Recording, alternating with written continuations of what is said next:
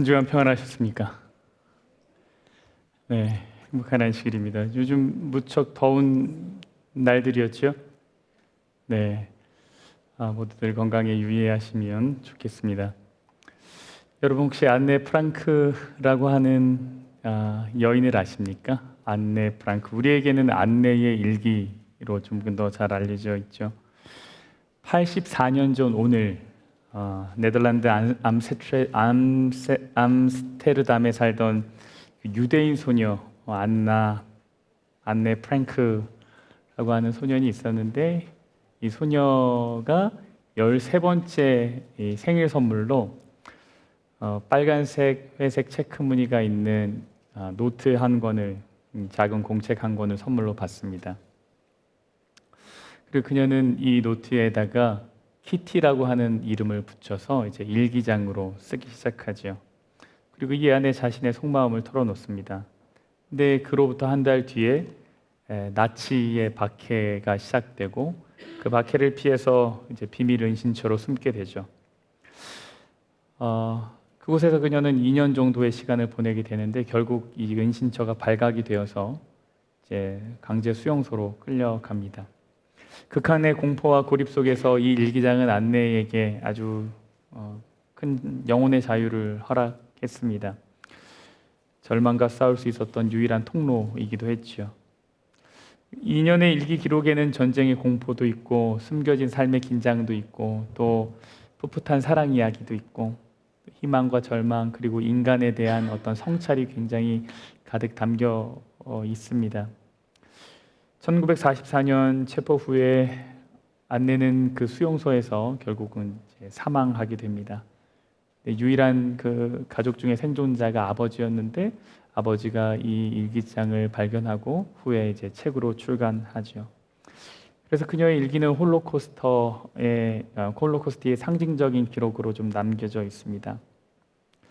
사방이 막힌 은신처에서 안네가 일기장에 속마음을 쏟아내며 위로를 얻었듯이, 오늘 기도 중에서 말씀하셨지만 참 여러 가지 풍파가 있고 안정감이 없는 이 세상 속에서 하나님의 믿음의 신도가 영혼의 자유를 누릴 수 있는 비결은 무엇일까?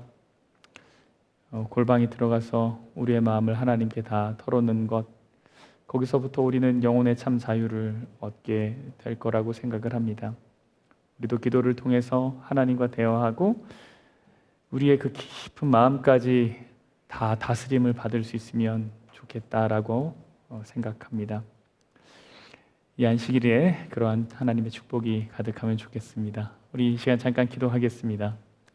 하나님, 우리 아버지, 이 시간 살아계신 하나님의 말씀을 우리가 살피고 그것을 우리의 삶의 믿음의 기초로 삼기를 원하오니, 우리 스스로 할 수 없는 그 일을 성령 하나님 우리에게 와주셔서 이루어 주시고, 우리가 그것에 반응하여 믿음이 자라도록 인도하여 주시옵소서. 예수님 이름으로 기도합니다. 지난 시간을 잠깐 정리를 해보겠습니다. 지난 시간 우리가 사무엘상 25장을 다루었지요. 다윗이 기대했던 보상이 있었습니다. 그렇죠? 근데 그 보상을 받지 못하자 다윗이 어떻게 했습니까? 하하하 하고 웃어 넘겼나요? 분노를 했습니다. 600명 중에 400명에게 칼을 채워가지고 그 가정 하나를 풍비박산내기 위해서 가게 되죠. 사울왕의 핍박도 이기고 살려주었던 그 다윗이 보상을 받지 못했다고 분노했던 그 모습, 완전히 다른 사람이 되어버린 모습을 우리는 지난 시간 살펴보았습니다. 핍박보다 무서운 것이 섭섭함이더라. 그것이 우리의 영혼을 흔들 수 있더라. 우리가 그걸 좀 살펴보았죠. 그것을 이겨나가는 과정은 무엇이었습니까? 그것은 내가 누구인지를 다시 한번 생각하는 거였어요. 다윗은 그 사람과 싸우기 위해서 부름받은 사람이 아니었습니다. 다윗은 누구의 싸움을 싸우기 위해서 부름받은 사람이었습니까? 하나님의 싸움. 당신은 하나님의 싸움을 싸우는 자입니다. 이 이야기를 나발의 아내인 아비가일이 다윗에게 전해 주었죠. 섭섭함이 올 때 우리가 누구인지를 다시 한번 되묻고, 하나님께서 우리에게 주시는 그 주님의 자녀라고 하는 정체성, 그 무한하신 정말 특권이죠. 하나님의 자녀가 된 권세 아니겠습니까? 그것을 우리가 매일매일 풍성히 누리며 살면 좋겠습니다. 오늘 계속해서 25장 안에 있는 내용을 좀 살펴볼 텐데요. 지난 시간에 약간 복습이 될 수도 있겠습니다. 그러나 저희가 정말 중요한 질문을 좀 해야 될 것 같아서 다시 한번 좀 살펴봅니다. 지난 시간 조금 더 깊게 다뤘어야 될 내용 중에 하나는 무엇이냐면 이제 나발이라고 하는 사람입니다. 나발이 누린 이 보호가 가벼운 친절이 아니었음을 우리가 확인했죠. 다시 한번 좀 살펴보겠습니다. 첫 번째, 다윗이 나발이라고 하는 사람에게 베풀었던 그 은혜가 과연 뭐냐? 그때 당시에 광야는 경찰도 없었고 군대도 없었죠. 그 광야 속에서는 약탈 부족도 있었고 도적대도 있었고 그 다음에 짐승들도 있었습니다. 맹수들도 있었죠. 그 위험한 곳에서부터 이 자신들의 양들을 다윗이 지켜주었다. 이것이 이제 나발이 누린 은혜입니다. 나발의 소유가 양이 3,000마리, 염소가 1,000마리였는데요. 광야 한가운데서 4,000마리의 양떼 보신 적 있으십니까? 4,000마리 양떼? 저는 그 정도 양떼를 본 적은 없어서. 사실 개미 4,000마리가 있어도 막 기겁을 할 텐데, 그죠? 난리가 날 텐데. 하다못해 아무런 해를 입히지 않는 쌀 4,000톨 떨어져도 아이고 이렇게 할 텐데, 그 양 4,000마리, 3,000마리, 염소 1,000마리, 그것을 그 넓고 그렇게 다 오픈된 공간에서 기른다면 당연히 약탈의 1순위 표적이 아니겠습니까? 하루가 멀다 하고 도둑을 맞고 피를 흘려야 되는 상황입니다. 그 엄청난 자산의 손해가 있었겠죠. 근데 그 자산을 지켜준 것이 이제 다윗인 거예요. 나발의 종들이 직접 증언했습니다. 우리가 양을 지키는 동안에 그들이 우리와 함께 있어서 밤낮 우리의 무엇이 됐다 그랬냐면 담이 되었다, 성벽이 되었다, 이렇게 이야기합니다. 그러니까 다윗의 군대는 뭐 어쩌다가 한번 도와준 것이 아니었던 겁니다. 수개월 동안 칠흑 같은 밤이나 뜨거운 낮이나 4,000마리의 가축들을 아무도 요청하지 않았지만 우리가 지켜줍시다 하고 이렇게 지켜줬던 거죠. 나발이 자기 집에서 다리 뻗고 잠을 자면서 재산을 축적할 수 있었던 유일한 이유는 무엇입니까? 다윗이 그 부대가 지켜줬던 은혜입니다. 보이지 않는 성벽이, 다윗이라고 하는 보이지 않는 성벽이 그를 지켜주었던 것이죠. 그런데도 나발은 다윗이 누구냐고 말했고 다윗을 모른 척했습니다. 다윗을 도망하는 종으로 비유하면서 마치 사울에게 잘못한 배신자처럼 취급했죠. 그리고 모든 것은 다 자기 때문에 생겨난 재산, 내 떡, 내 고기, 내 물, 다 내가 잘해서 잘된 거다라고 하는 생각을 버리지 않고 있었습니다. 그러니까 나발은 자신이 은혜를 받았다는 사실을 아주 기억하지 못하고 사는 사람인 거죠. 제가 이 이야기를 다시 쭉 하는 이유가 있습니다. 우리가 나발의 이야기를 통해 정말 해야 할 한 가지 질문을 하지 않았기 때문이죠. 그것은 어떤 질문입니까? 우리가 혹 나발은 아닌가 하는 질문입니다. 은혜를 잊고 사는 사람, 그 나발이 혹 우리는 아닌가? 그에게 베풀어진 은혜는 세어보면 세어볼수록 아주 큽니다. 그런데 은혜를 잊어버렸어요. 그래서 제가 생각합니다. 어쩌면 억울한 다윗보다, 그리고 지혜로운 중재자였던 아비가일보다 나발이 나와 좀 더 가까운 사람은 아닐까, 이런 생각을 해봤어요.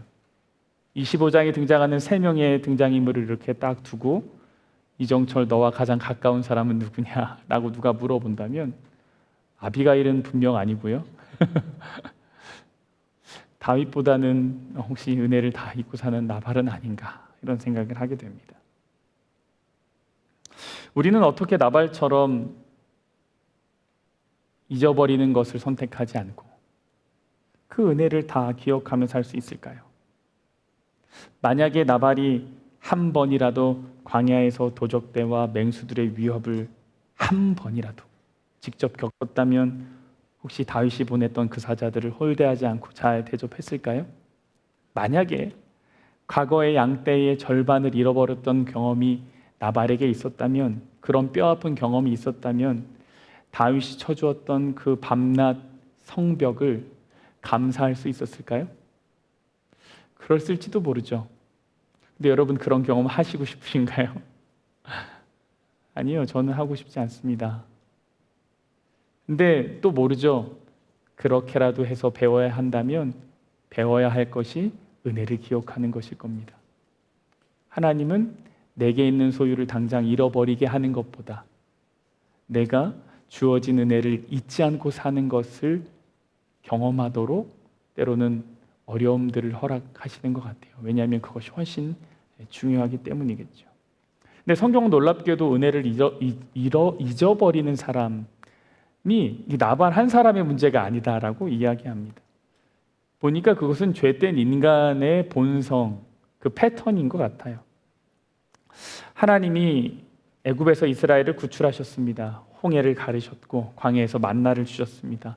그런데 얼마 지나지 않아 이스라엘의 백성들이, 광야의 이스라엘 백성들이 이런 얘기를 했죠. 우리가 애굽에 있을 때에는 값없이 생선과 오이와 뭐요?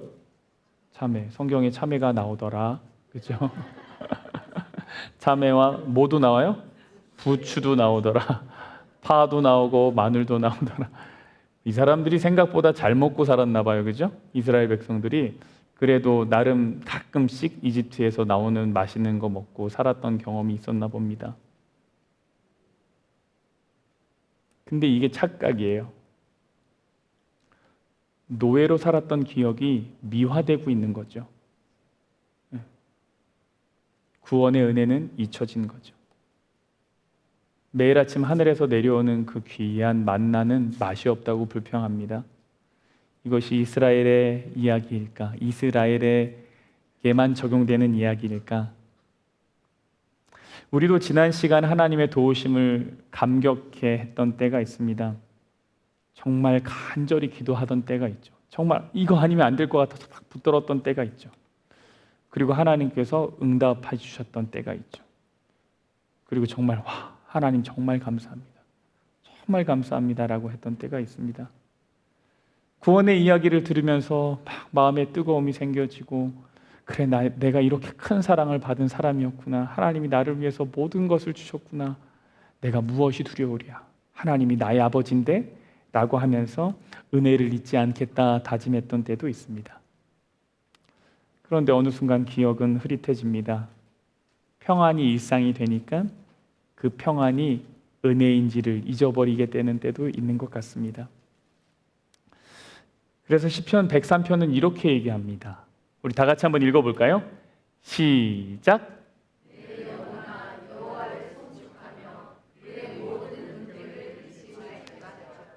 네, 하이라이트 된 거 한 번 더 읽어보겠습니다. 시작.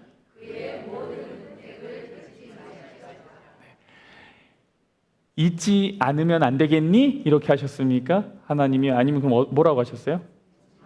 잊지 말아라. 이거는 뭐예요? 명령이죠. 명령이죠. 하나님 이것을 명령으로 주셨습니다. 이 얘기는 뭐냐면 은혜라고 하는 것이 자연스럽게 우리 안에서 기억나는 일이 아니라는 겁니다. 그러니까 그냥 지나 일상생활을 살면서 지내다가 이건 발음이 자꾸 지내다가 그냥 뭐 저절로 막 이렇게 흘러 넘치는 게 은혜가 아니에요. 내가 아무런 갈급함도 없고 감사하는 훈련도 하지 않으면서 저절로 내 안에서 은혜가 솟아나는 일은 없습니다. 은혜를 기억하는 것은 우리의 선택입니다. 의지적으로 해야 돼요. 그래서 우리가 하나님께 도움을 구해야 돼요. 하나님, 내가 은혜를 잊지 않을 힘을 주십시오. 기도해야 돼요. 내 스스로 그것을 만들어낼 능력은 없지만, 그러나 그 힘을 하나님께 요청할 수 있는 선택의 힘이 누구에게 있습니까? 우리에게 있습니다. 내일 예배 시간에 잠깐 소개하겠지만 저는 지난 일요일부터 수요일까지 아틀란타 인근에 있는 이제 캠핑장에서 이제 유스들과 함께, 저희 교회 유스들과 함께 캠프를 했습니다. 4개의 지역 교회가 함께 모여서 했던 캠프입니다. 이제 낙스빌, 내시빌, 알라바마, 그리고 샬롯, 이렇게 4교회가 함께 캠프를 했습니다. 근데 그 캠프 기간 동안 찬양 훈련, 기도 훈련, 묵상 훈련, 이렇게 훈련 시간이 있었어요. 근데 그 기도 훈련 시간에 목사님이 나누셨던 말씀이에요.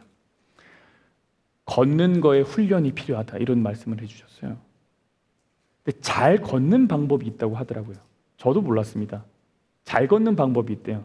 그래서 시선은 어떻게 하며, 상체의 포지션은 어떻게 하고, 대퇴부의 힘은 어떻게 주며, 발을 걸어서 내디딜 때 힘을 어디에 주는지, 그거에 따라서 효과가 완전히 다르대요. 그리고 신발이 닳는 그 모양도 다르다고 하더라고요. 그래서 요즘 젊은 사람들, 그리고 어떤 사람들은 이 걷는 법을 배우기 위해서 비싼 돈을 주고 강의를 듣는데요, 실제로. 잘 걷는 방법이 있대요. 그런데 사람들이 그거를 잘 모른다는 거예요. 왜냐하면 배움과 훈련을 하지 않았기 때문입니다. 근데 잘 생각해 보세요. 우리가 몇 살 때부터 걸어요? 1살 때부터 걸어요. 그러면 여러분 나이에서 1살 빼고 다 걸은 거예요. 이 정도 했으면, 평생 했으면은 우리 어디 가서 나 걷는 거 전문가야라고 말할 수 있지 않겠습니까? 흔히 말하는 도사가 돼야 됩니다. 걷는 거에 도사요. 근데도 잘못 걷는다는 거예요. 왜요? 배우지 않고 훈련하지 않았기 때문에. 배우지 않고 훈련하지 않았기 때문에 잘못 걷는다는 거예요. 그 목사님이 그렇게 말씀하셨어요. 그래서 기도도 배워야 되고 훈련해야 된다. 여러분이 말하면 그냥 다 기도되는 줄 알지? 그렇지 않다고. 근데 막 강제로 음악 틀어놓고 7분 기도 막 기도시키고 그랬어요. 근데 제가 오늘 말씀을 준비하면서 생각했어요. 은혜를 기억하는 것도 훈련이 필요하다. 훈련이 필요하다. 이거 역시 내가 직접 훈련하지 않으면 저절로 생겨나지 않아요. 누군가 대신 나의 은혜를 기억나게 해주지 않아요. 여러분 누군가가 여러분에게 당신 그때 그거 얼마나 감사한 일이야, 이렇게 얘기하면은 갑자기 온 마음에 이렇게 평안이 넘치고 기쁨이 흘러나옵니까? 아니면 그런 얘기 들으면 뭐라 그래요? 잘 알지도 못하면서.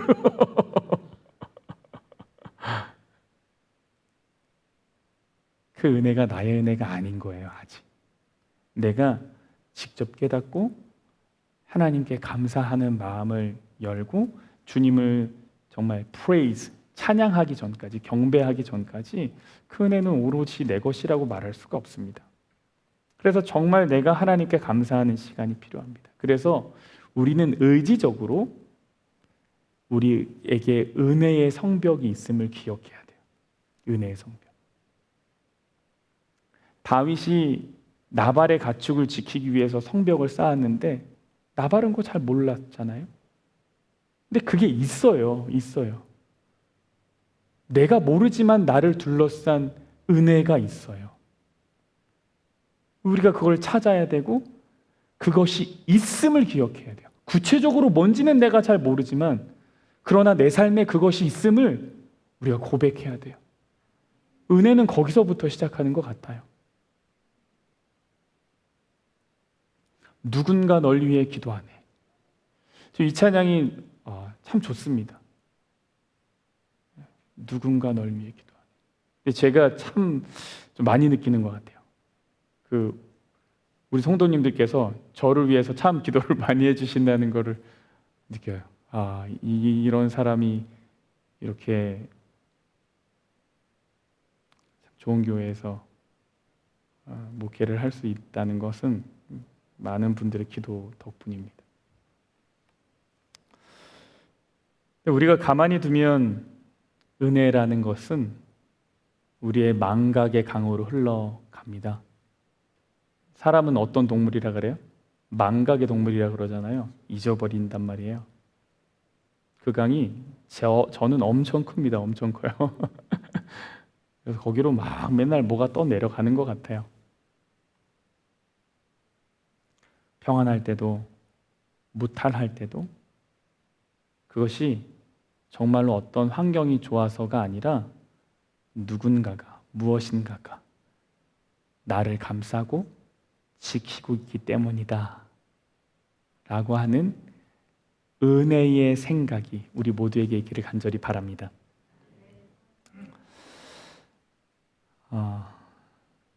이 훈련을 하지 않고 이 은혜를 발견하는 일을 하지 않고 은혜를 잊은 사람의 끝은 어떻게 되었을까? 여러분, 나발의 진짜 비극이요, 재산을 잃는 것이 아니에요. 나발은 자기의 재산이 줄어드는 것이 큰 비극이라고 생각했거든요. 그런데 그렇지 않습니다. 그에게 있어서 가장 위험한 순간은 무엇인가 하면 은혜를 잊어버리기 때문에 위험한 순간에도 세상의 쾌락에 취해 마비가 되어버린 상태입니다. 다윗이 400명과 함께 칼을 차고 나발을 향해 가고 있었습니다. 근데 그때 나발이 뭐하고 있었는지 아세요? 다윗이 길에서 아비가일을 만나 대화하고 있었던 그때에 나발은 뭐하고 있었게요? 아비가일이 다윗 만나고 집에 돌아와 보니까 나발이 뭐하고 있어요? 그가 왕의 잔치와 같은 잔치. 도대체 어떤 잔치길래, 그죠? 어마어마한 잔치를 벌인 거예요. 일개 시인이 할 수 없는 잔치를 벌인 거예요. 자신의 재산을 가지고. 거기에 크게 취해 있었어요. 야, 내가 이렇게 돈이 많아. 그런데 아비가일이 도착했는데 남편이 그러고 있어요. 그럼 여러분 어떻게 하시겠습니까? 등짝을 이렇게 당신 제정신이야 이렇게 해야죠, 그죠? 지금 바깥에서 뭐 하는지도 모르고 이렇게 잔소리를 확 퍼부을 것 같은데 아비가일 어떻게 해요? 아침까지 아무 말 하질 않아요. 아무 말 안 해요. 뭐 하는 거예요? 부엌에서 칼을 갈고 있으니까 지금 뭐 하는 거예요, 아비가일이? 모르겠습니다. 인내하고 있었겠죠. 아무 말도 하지 않습니다. 근데 이 나발의 모습이 은혜를 잊은 사람의 가장 비참한 모습이에요. 위험이 코앞까지 오는데 모른다는 거죠. 세상의 풍요의 쾌락에 취해서 자기의 영혼이 죽어가는 걸 전혀 모르고 있다는 것이 가장 큰 비극입니다. 나발이 다음날 아침에 이제 일어나서 아내 아비가일에게 자초지정을 듣습니다. 다윗과 400명의 군사가 왔었고 내가 그들을 대접했다라는 이야기를 전하죠. 온 집안이 몰살당할 뻔한 이야기를 들어요. 아침에 나발이 포도주에서 깬 후에 그의 아내가 그에게 이 일을 말하매 그가 낙담하여 몸이 무엇과 같이 됐습니까? 돌과 같이 되었습니다. 근데 제가 이 이야기에 갑자기 소름이 막 돋았어요. 이 성경절을 읽다가. 왜 그랬을까요?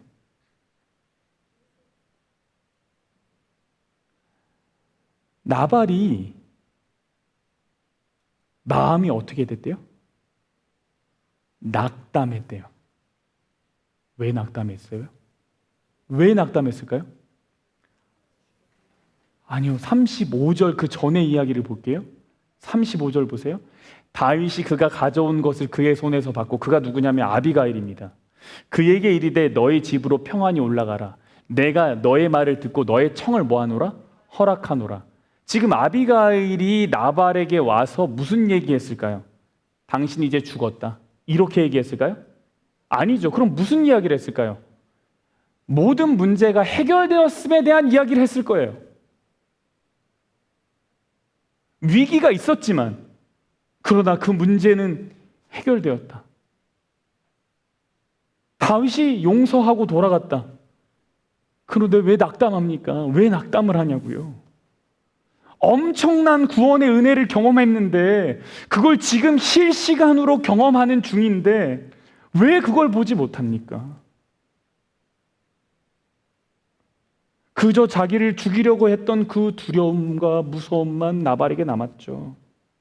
여러분, 이것이 평생 은혜를 잊고 살아온 사람, 은혜가 무엇인지를 훈련하지 않은 사람, 그것을 발견하는 것을 훈련하지 않은 사람의 결말이에요. 감사하는 훈련을 하지 않는 영혼,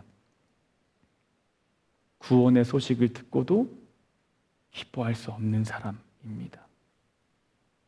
평소에 은혜를 발견하지 못하는 사람은 베풀어진 구원이 은혜인지도 모르는 것이죠. 여러분, 아비가일이 남편과 가족을 구하기 위해서 얼마나 큰 희생을 했겠어요. 그렇죠? 여러분, 그 아비가일이 우리 지난주에 좀 다루었지만 다윗을 보자마자 바로 그 말에서 내려가지고 엎드립니다. 근데 이거 거의 에스더 같지 않아요? 죽으면 죽으리이다. 네? 나발은 그거 몰라요.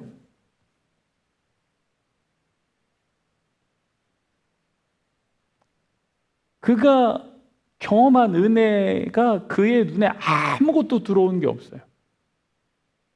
다윗이 지켜줬던 것도 모르고 아내가 그를 위해 희생한 것도 모르고 그가 지금 구원을 경험한 것도 모릅니다. 여러분, 우리 어떻습니까? 우리 앞에도 죗값이라고 하는 무서운 칼날이 있지 않는가요? 그러나 기억하십시오. 동시에 우리를 살리기 위해서 오신 그리스도의 피의 값이 있다는 것도. 그 구원이 엄청난 거 아니겠어요? 그 은혜가 너무너무 큰 거 아니겠습니까?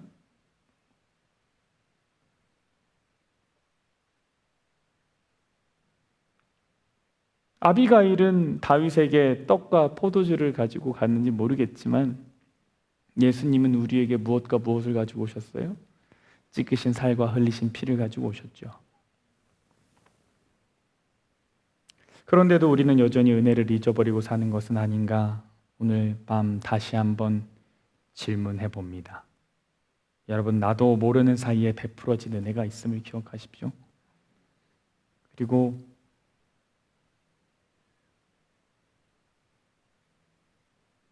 들었지만, 내가 분명 구원의 이야기를 들었지만 두려움 때문에 보지 못하고 사라져버린 은혜가 있는 것은 아닌지도 한번 기억해 보십시오.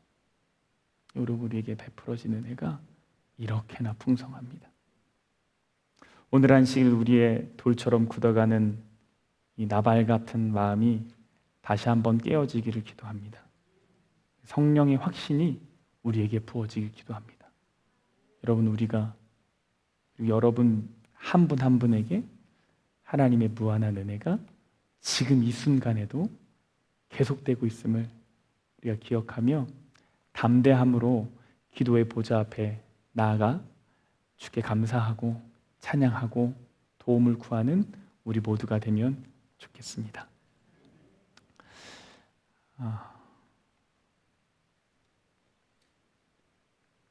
이 시간 들으신 말씀과 한 주의 삶을 돌아보며 잠깐 기도하는 시간을 갖겠습니다.